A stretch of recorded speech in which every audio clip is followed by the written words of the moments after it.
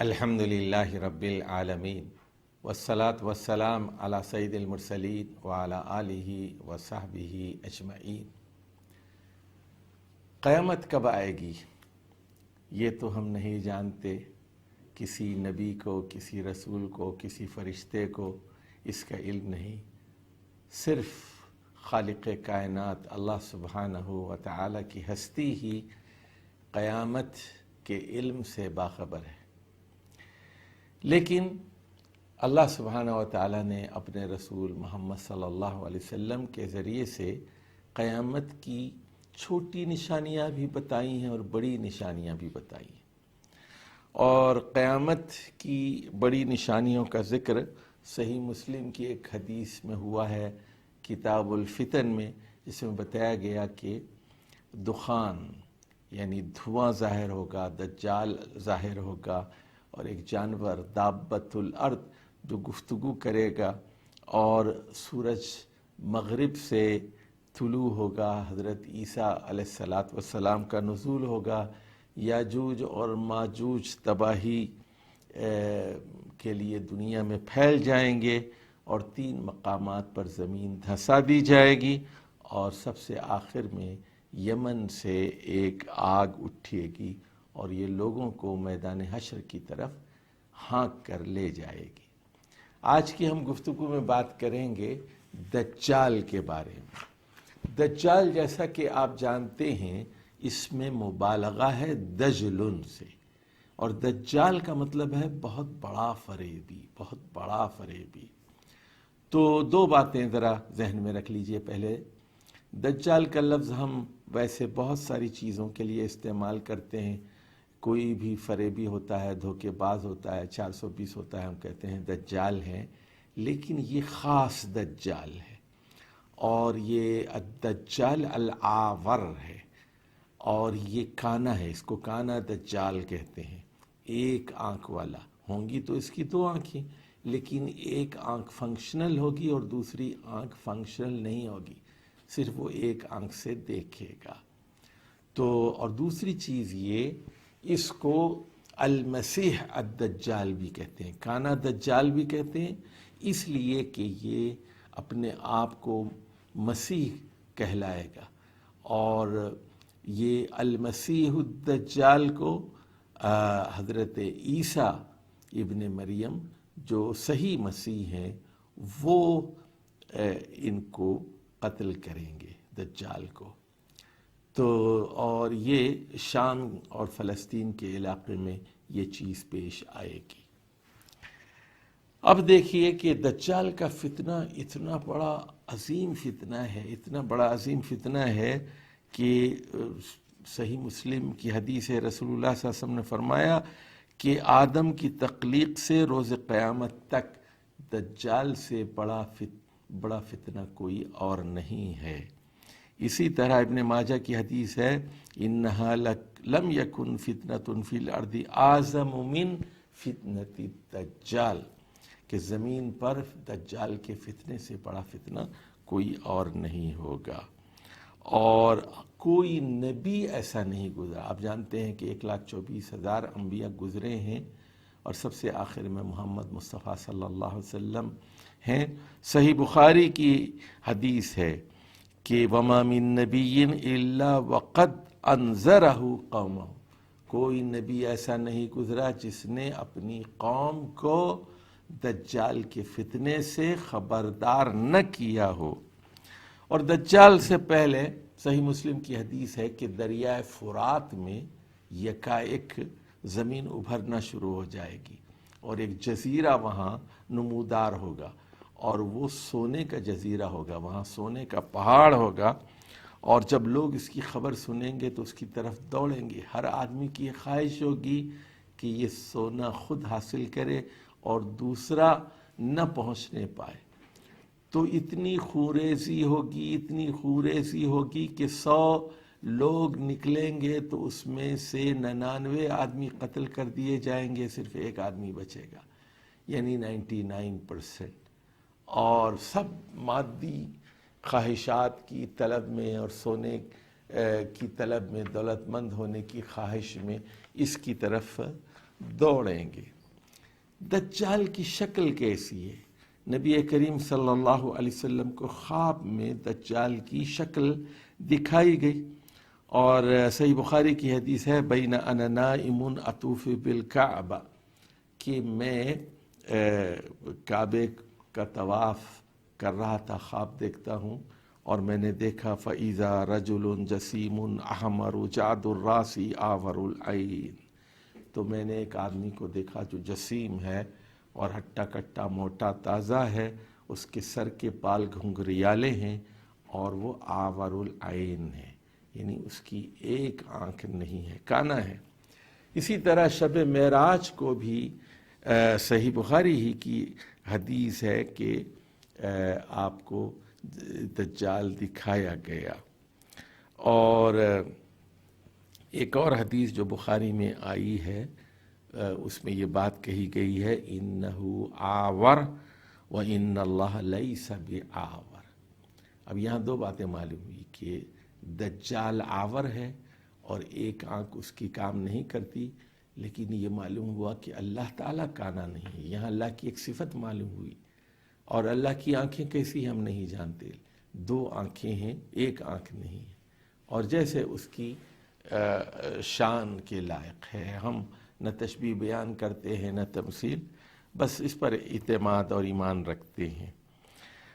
دجال کی آنکھوں کے پپوٹے ناخن کی طرح سخت ہوں گے۔ وَإِنَّ الدَّجَّالَ مَمْسُوحُ الْعَيْنِ عَلَيْهَا زَفَرَ غَلِيظَ، تو یہ اس کی پہچان ہے اس کی، اور اس کی آنکھ پھولے ہوئے انگور کی طرح باہر نکلی ہوئی ہوگی۔ آور العین الیمنی، یعنی داہنی آنکھ، صحیح بخاری کتاب الفتن میں یہ بات آئی ہے کہ اس کی داہنی آنکھ خراب ہوگی، کأنہا عنبۃ طافیۃ، گویا ابھرا ہوا کوئی انگور کا دانہ ہے، اس طرح اس کی آنکھ ہوگی۔ صحیح بخاری ہی میں یہ بات آئی ہے، حضرت انس بن مالک اس حدیث کے راوی ہیں، فرمایا گیا ان بین عینیہ مکتوب کافر، اس کی دونوں آنکھوں کے درمیان کافر لکھا ہوا ہوگا، کفارہ کفارہ کفارہ، اور اس کو ہر عالم اور جاہل پڑھ سکے گا۔ صحیح مسلم کی روایت ہے مکتوب بین عینیہ کافر یقرأ کل مؤمن کاتب ولا غیر کاتب، تو کاتب ہو یا غیر کاتب، پڑھنے والا ہو یا ان پڑھ ہو، سب اس کو پڑھ سکیں گے۔ اور ہم نے بتایا کہ یہ ایک جسیم آدمی ہے جس کے بال گھنگریالے ہیں، اور یہ چھوٹے قد کا آدمی ہوگا۔ ابو داؤد کی حدیث ہے ان مسیح الدجال رجل قصیر افحج جعد، اور چھوٹا سے قد کا آدمی ہوگا، اور پیچھے سے یہ کچھ حد تک گنجا ہوگا، اور اس کی کوئی اولاد نہیں ہوگی۔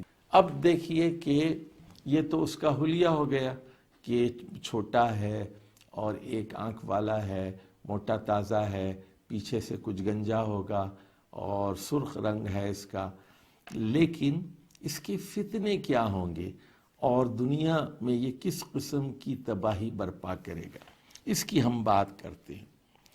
تو صحیح مسلم ہی میں حضرت حفصہ رضی اللہ تعالی عنہا سے روایت ہے کہ انما یخرج من غضبہ یغضب، تو وہ اپنے غضب کے ساتھ اور شدید غضب کے ساتھ نمودار ہوگا، اور اس کے ساتھ ایک جنت ہوگی اور ایک آگ، معہ جنت و نار فنارہ جنہ و جنتہ نار، تو اس کی جو جنت ہوگی وہ دراصل آگ ہے، اور جو اس کی آگ ہے دراصل وہ دوزخ۔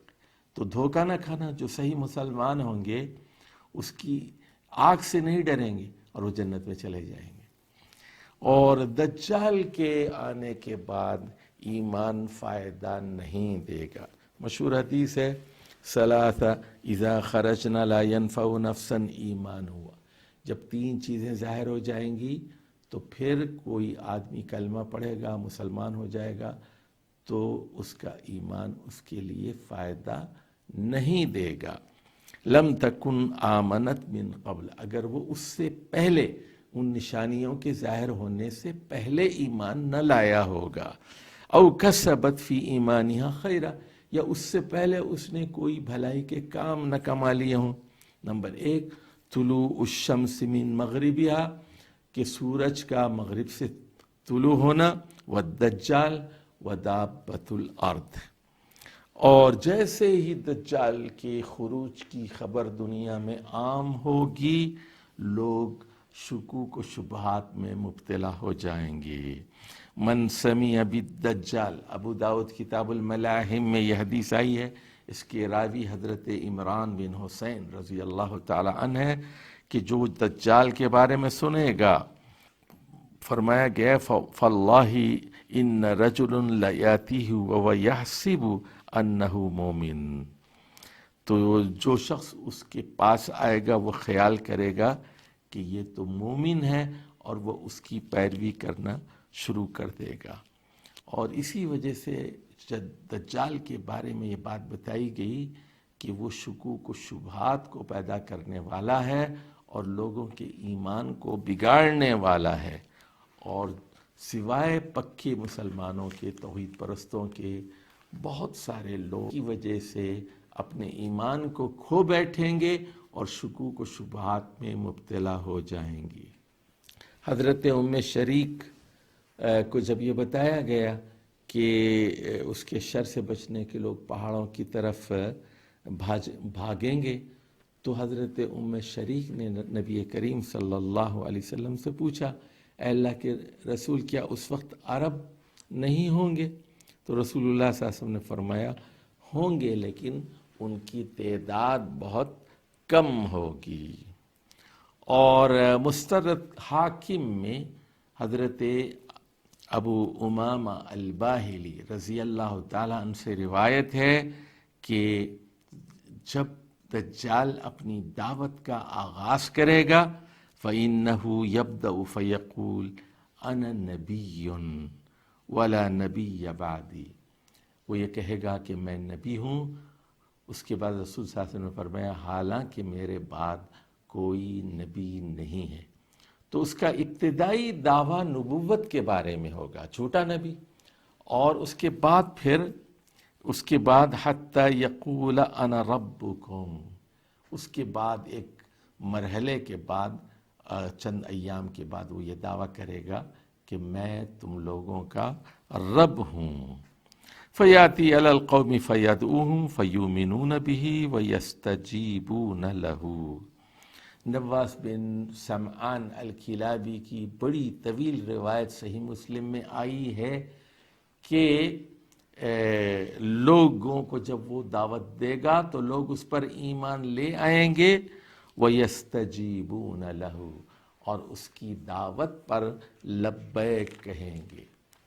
اب دیکھیے رزق کی فراوانی کا یہ عالم، یہ وہی حدیث ہے صحیح مسلم کی طویل حدیث جو نواس بن سمعان کلابی رضی اللہ تعالیٰ عنہ سے روایت ہوئی ہے کہ لوگ جب شام کو گھر لوٹیں گے تو دیکھیں گے کہ ان کے کوہان اونچے ہوں گے ہیں اور ان کے تھن دودھ سے بھرے ہوئے ہیں، اور ان کے جانوروں کا پچھلا حصہ کافی پھولا ہوا ہے۔ اور دجال کا جھوٹ اور فریب یہ ہوگا کہ وہ حکم دے گا تو آسمان سے بارش ہوگی اور زمین سے پیداوار ہوگی۔ اور ایسے وقت میں صحیح مسلم کی روایت ہے سچے مسلمانوں سے کہا گیا کہ وہ سورۃ الکہف کی ابتدائی آیات کی تلاوت کریں، اور جو شخص سورۃ الکہف کی ابتدائی آیات کی تلاوت کرے گا تو وہ دجال کے فتنے سے محفوظ رہے گا۔ اب ذرا غور دیکھیے، غور سے، کہ دنیا میں وہ کتنے دن قیام کرے گا۔ اب ذرا غور سے یہ بات سن لیجئے کہ دجال دنیا میں کتنے دن قیام کرے گا۔ تو وہ صرف 40 دن قیام کرے گا، لیکن اس کی مدت مختلف ہوگی. 40 یومن، تو ایک دن، یومن کا سنۃ، پہلا دن جو ہے وہ 1 سال کے برابر ہوگا. وہ یومن کا شہر، دوسرا جو دن ہوگا وہ 1 مہینے کے برابر ہوگا. اور تیسرا وہ یومن کا جمعۃ، اور تیسرا جو دن ہوگا وہ 1 ہفتے کے برابر ہوگا. یعنی 1 سال 1 مہینہ اور 1 ہفتہ، 1 سال 1 مہینہ 1 ہفتہ.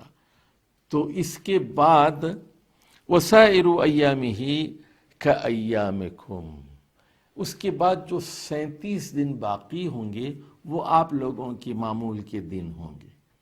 تو اس طرح کل وہ، اب ظاہر ہے کہ نظام شمسی بدل جائے گا، سورج اور چاند کا نظام بدل جائے گا. ظاہر ہے کہ جب سورج مشرق کے بجائے مغرب سے نکلے گا تو یہ جو موجودہ سسٹم ہے، یہ جو زمین کی اور سورج کی اور چاند کی اور سیاروں کی یہ حرکت ہے، وہ اس حال پر قائم نہیں رہے گی.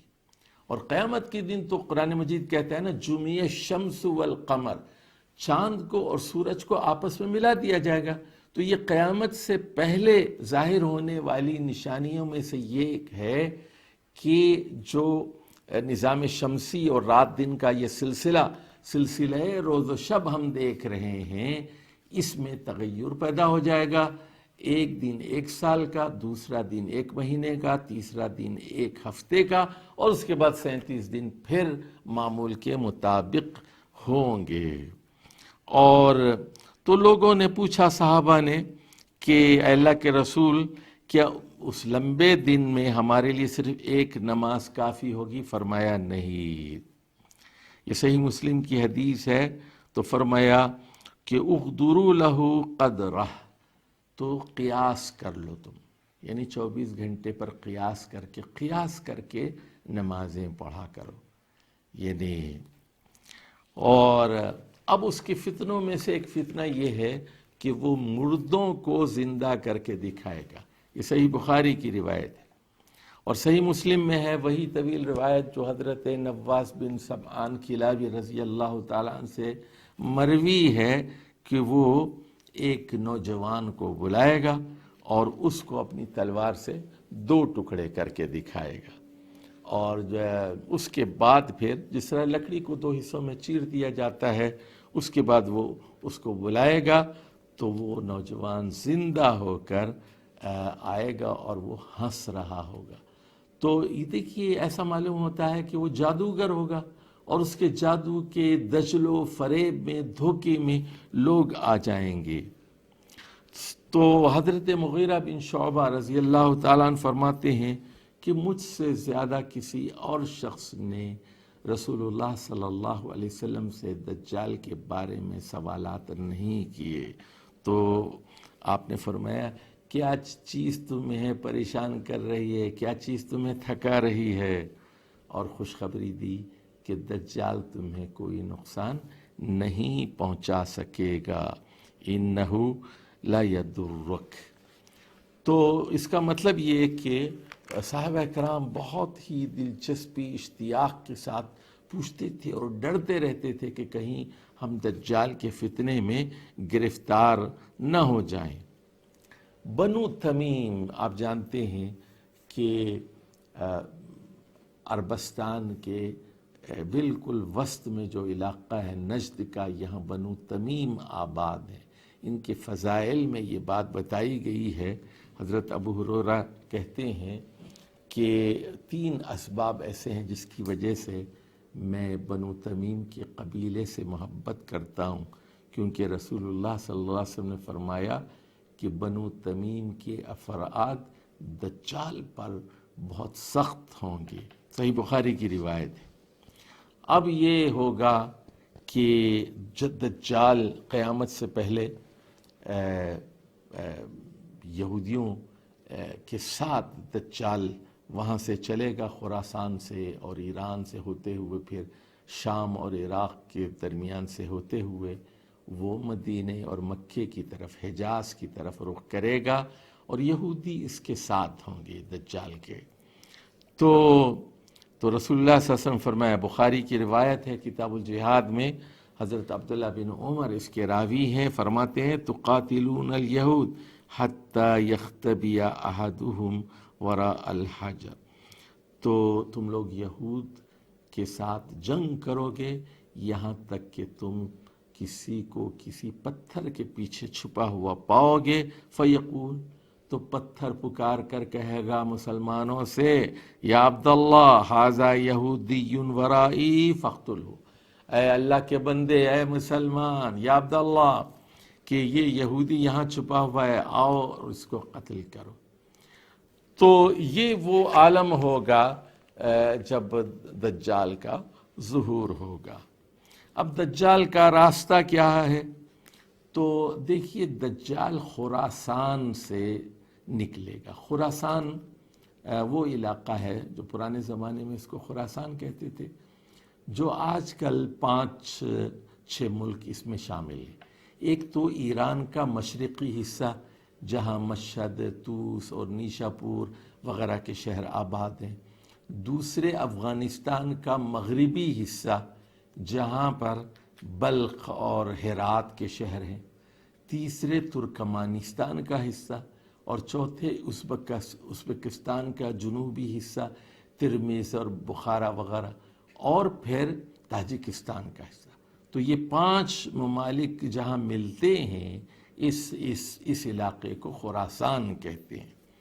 تو ان الدجال یخرج من ارض المشرق یقال لها خراسان، اور لوگ ان کی پیروی کریں گے۔ تو یہ بات، پہلی بات معلوم ہوئی کہ وہ خراسان سے نکلے گا، اور اس کے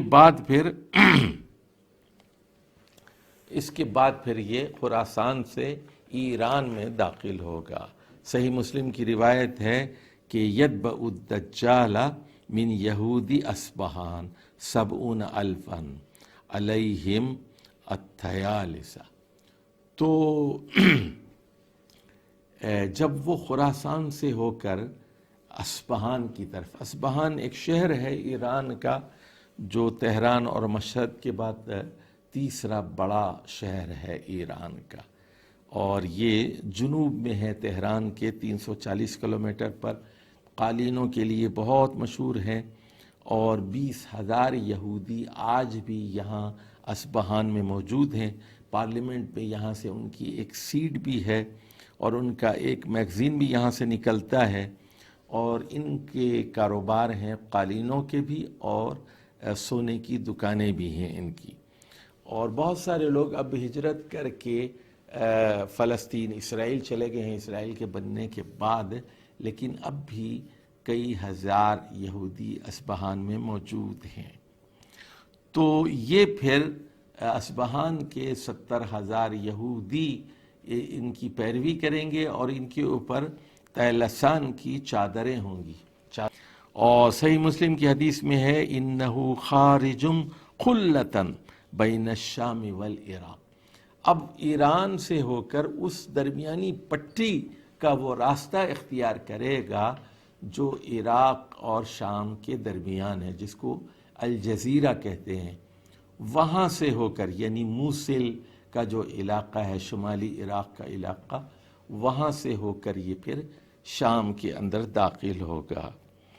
اور صحیح مسلم ہی کی حدیث ہے فآت یمیناً وآت شمالاً، تو جب جس راستے سے وہ گزرے گا تو اپنے دائیں جانب یمیناً اور بائیں جانب شمالاً تباہی پھیرتا ہوا آگے بڑھے گا، اور لوگوں کے ایمان کو غارت کرتے ہوئے آگے بڑھے گا، اور اللہ تعالیٰ سے دور کرنے کی کوشش کرے گا۔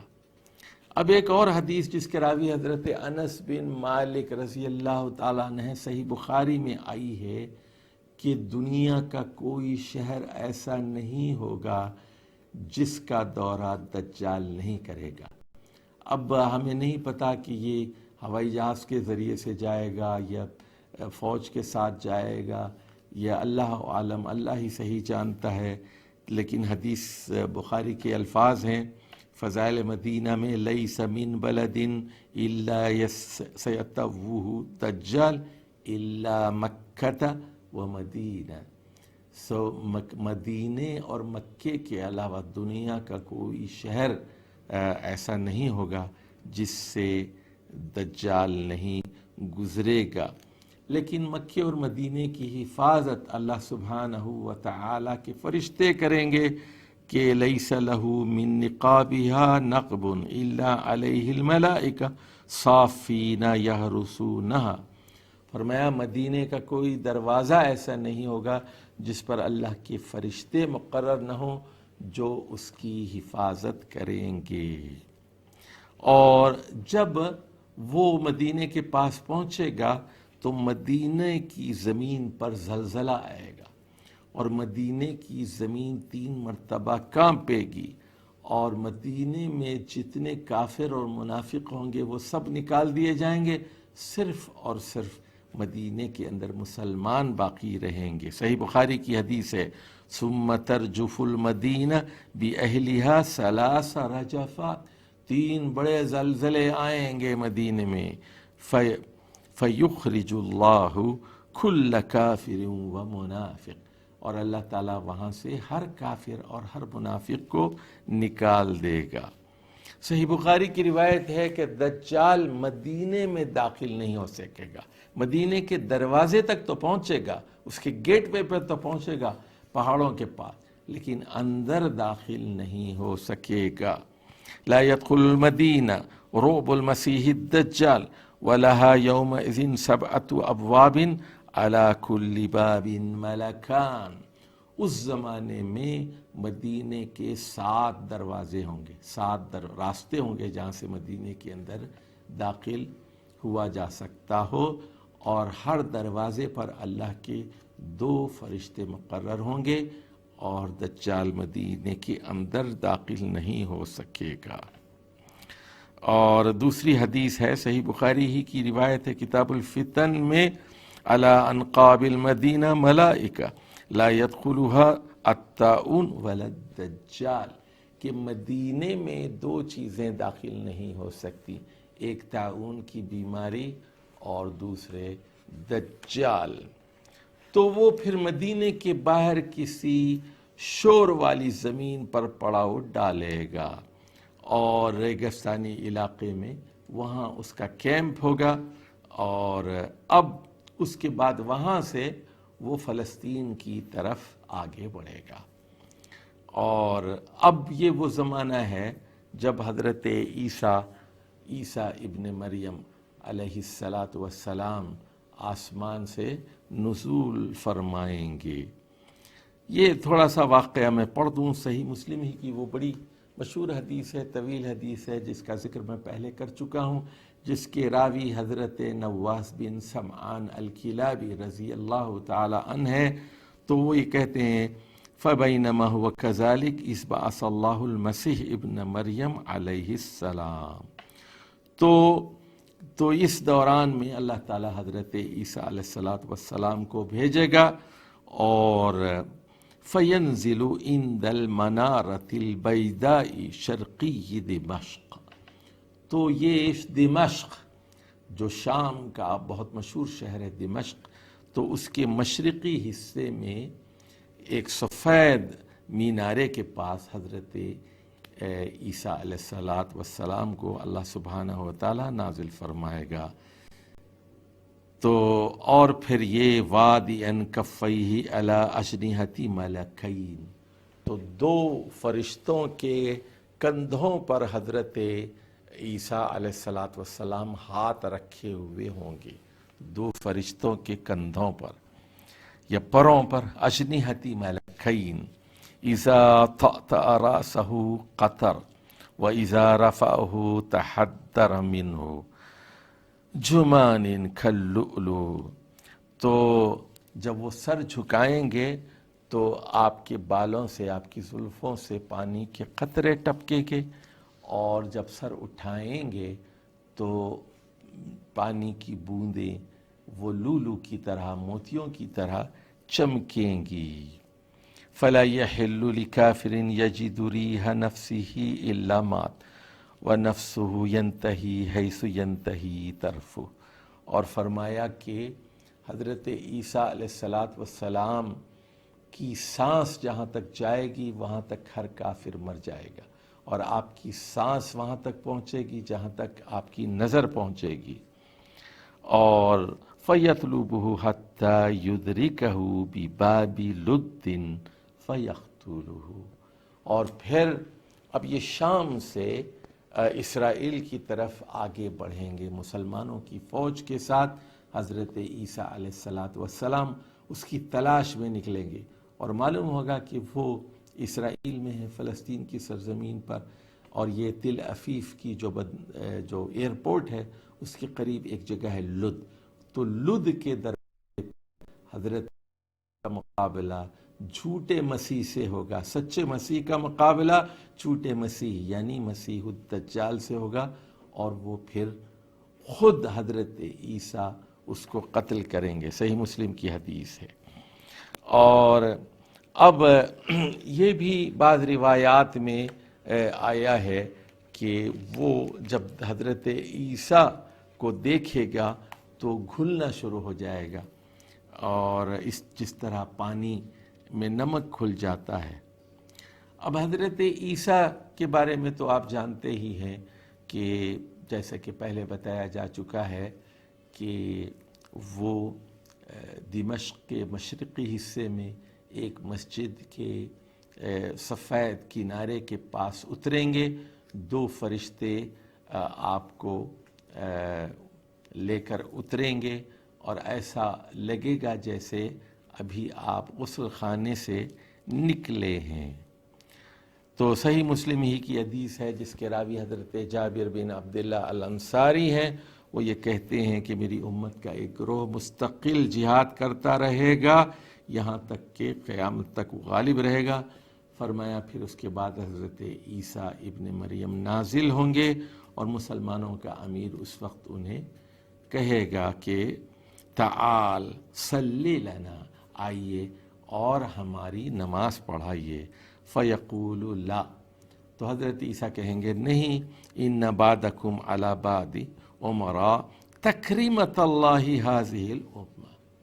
تو اس امت کی تکریم میں اور شان میں اضافے کے لیے کہیں گے کہ نہیں، یہ آخری امت محمد صلی اللہ علیہ وسلم کی ہے، اور اس امت ہی کا کوئی آدمی اس کو کرے گا. لیکن پھر بالآخر اصرار جب زیادہ ہوگا تو اذا اقیمت الصلاۃ فینزل عیسی ابن مریم فامہم، بالآخر حضرت عیسیٰ ہی نماز پڑھیں گے. تو مسلمانوں کے جو امام ہوں گے اس وقت وہ حضرت مہدی ہوں گے.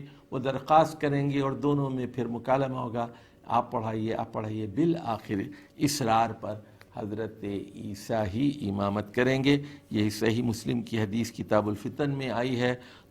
اور اس کے بعد پھر مسلمان حضرت عیسیٰ کے ساتھ جمع ہو جائیں گے شام میں، اور پھر وہ دجال کے خلاف لڑنے کے لیے اسرائیل کی طرف بڑھیں گے.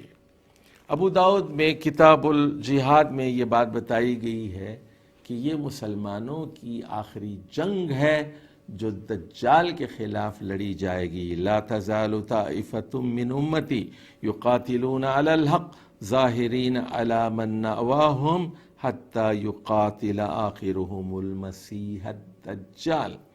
تو یہ امت کا ایک گروہ برابر حق کے لیے لڑتا رہے گا، اور وہ مخالفین پر غالب رہے گا، اور ان کا جو آخری گروہ ہوگا دجال کے خلاف غالب رہے گا.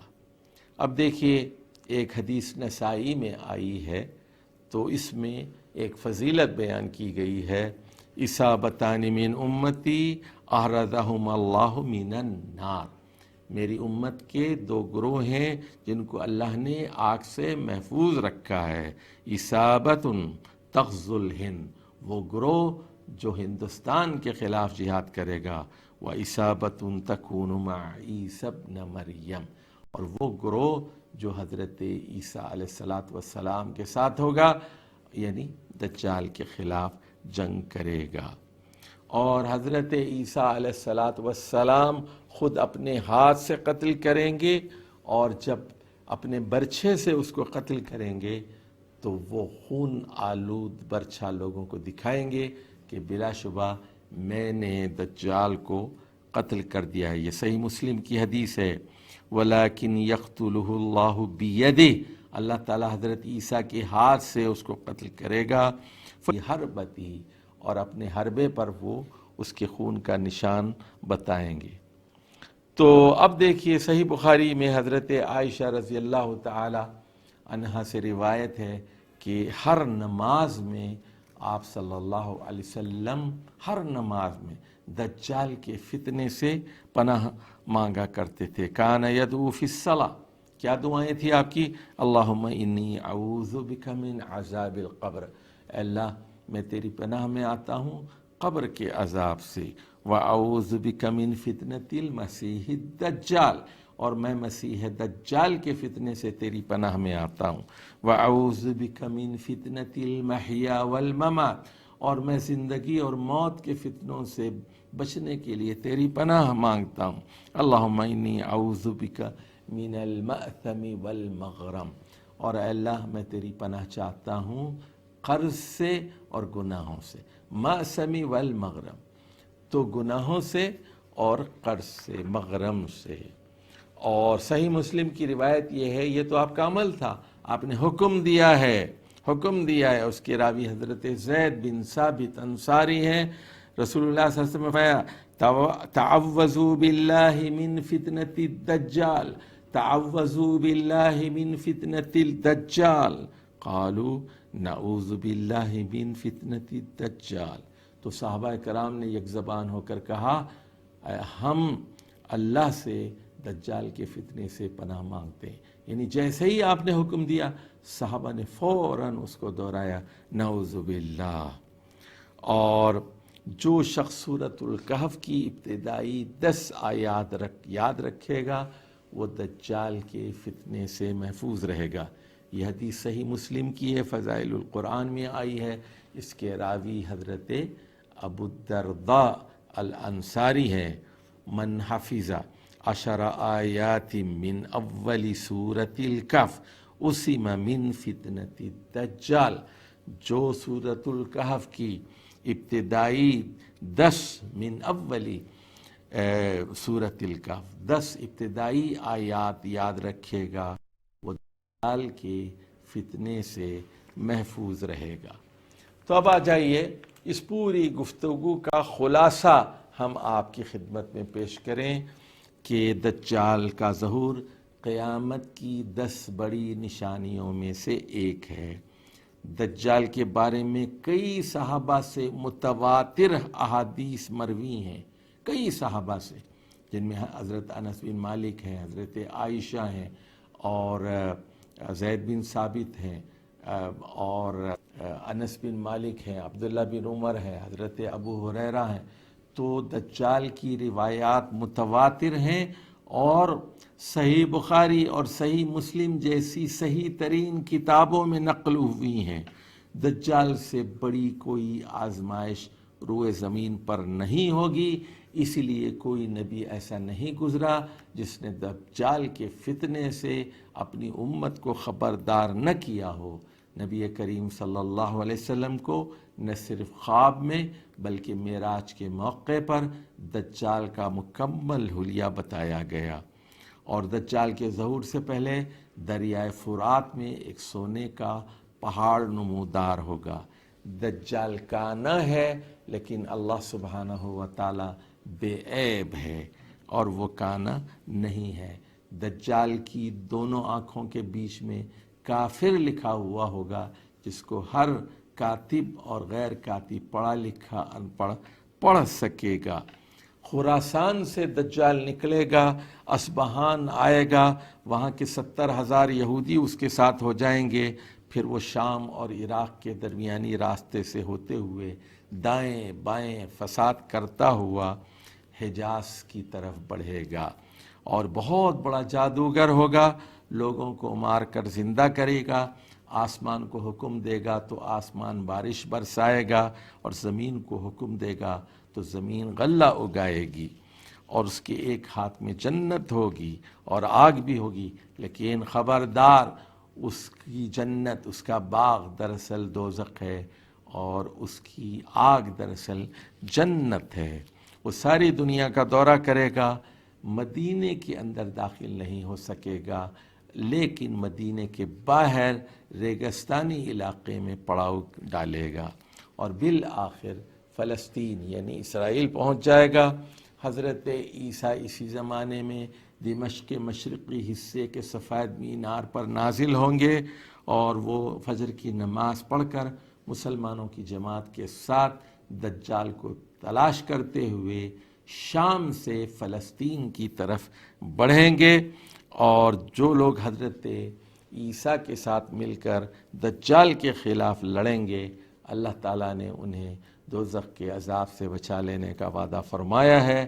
حضرت عیسیٰ خود اپنے ہاتھ سے دجال کو قتل کریں گے۔ نبی کریم صلی اللہ علیہ وسلم ہر نماز میں دجال کے فتنے سے پناہ مانگا کرتے تھے، اور آپ نے حکم دیا ہے مسلمانوں کو اور کہ دجال کے فتنے سے پناہ مانگو، اور صحابہ کرام نے اس حکم کی تعمیل کرتے ہوئے دجال کے فتنے سے پناہ مانگی۔ جو شخص سورۃ الکہف کی ابتدائی 10 آیات کو محفوظ رکھے گا وہ دجال کے فتنے سے محفوظ رہے گا۔ مسلمانوں کا یہ فریضہ ہے کہ وہ نبی کریم صلی اللہ علیہ وسلم کے ارشادات کو اپنی اگلی نسلوں تک خبردار کرتے ہوئے بتاتے رہیں، تاکہ یہ امت ہمیشہ ہوشیار اور چوکنی رہے۔ والسلام علیکم ورحمۃ اللہ وبرکاتہ۔